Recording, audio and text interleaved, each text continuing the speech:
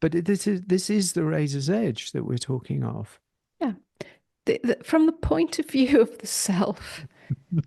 self is going to die, and therefore it clings to everything that is known. It clings to resistance, it clings to the argument, and clings to the avoidance, and so on and so on. But it's not the self as this form that's going to die. I mean, obviously, we are still here. Yeah, the body doesn't die. It needs something more than that to die. Yeah, the body doesn't die. The mind doesn't die. Not in the same, not in the way that we think. Existence doesn't stop. We still exist. But what dies, and we use that word, but it is a death. But it's an undoing of the fabricated ideas of who I am. In other words, who I think I am. Yeah?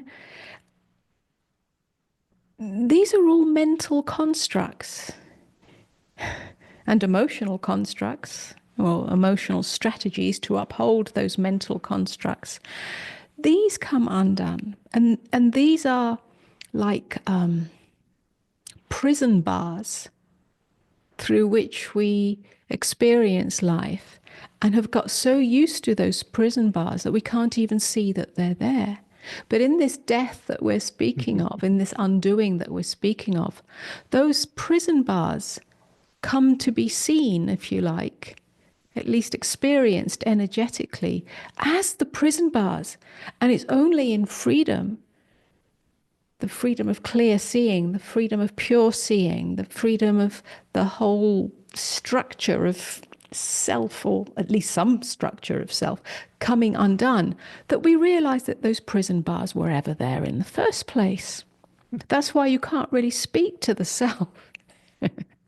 You can only speak of the freedom and say, it's okay, there is freedom.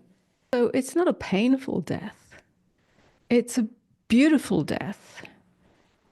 Because at the same time that, let's say, death takes place, if we're using that, we're using it symbolically, right? There's a rebirth. You're reborn into freedom. You're reborn into the light of presence, the light of true awareness. And you realize that you never were that you thought you were.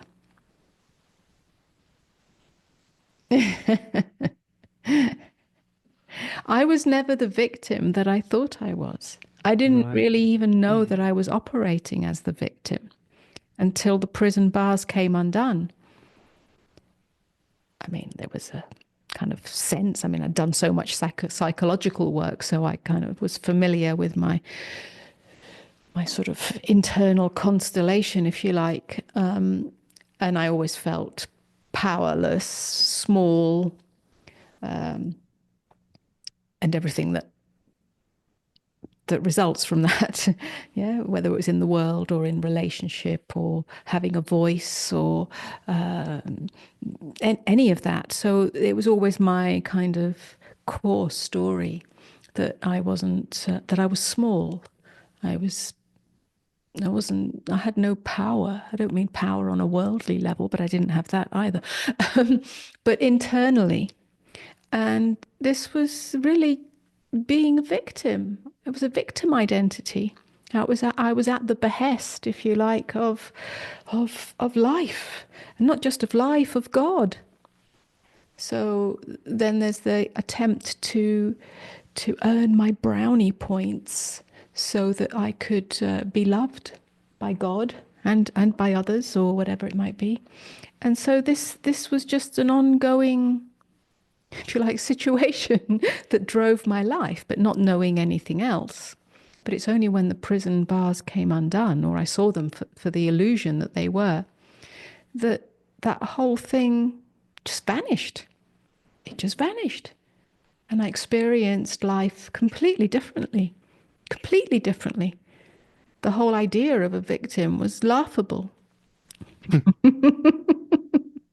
Yes, stuff happens in life. I'm not denying that stuff happens to us as children, in aspects of society and so on. I'm not talking about it on that level, on the materialistic level. Mm.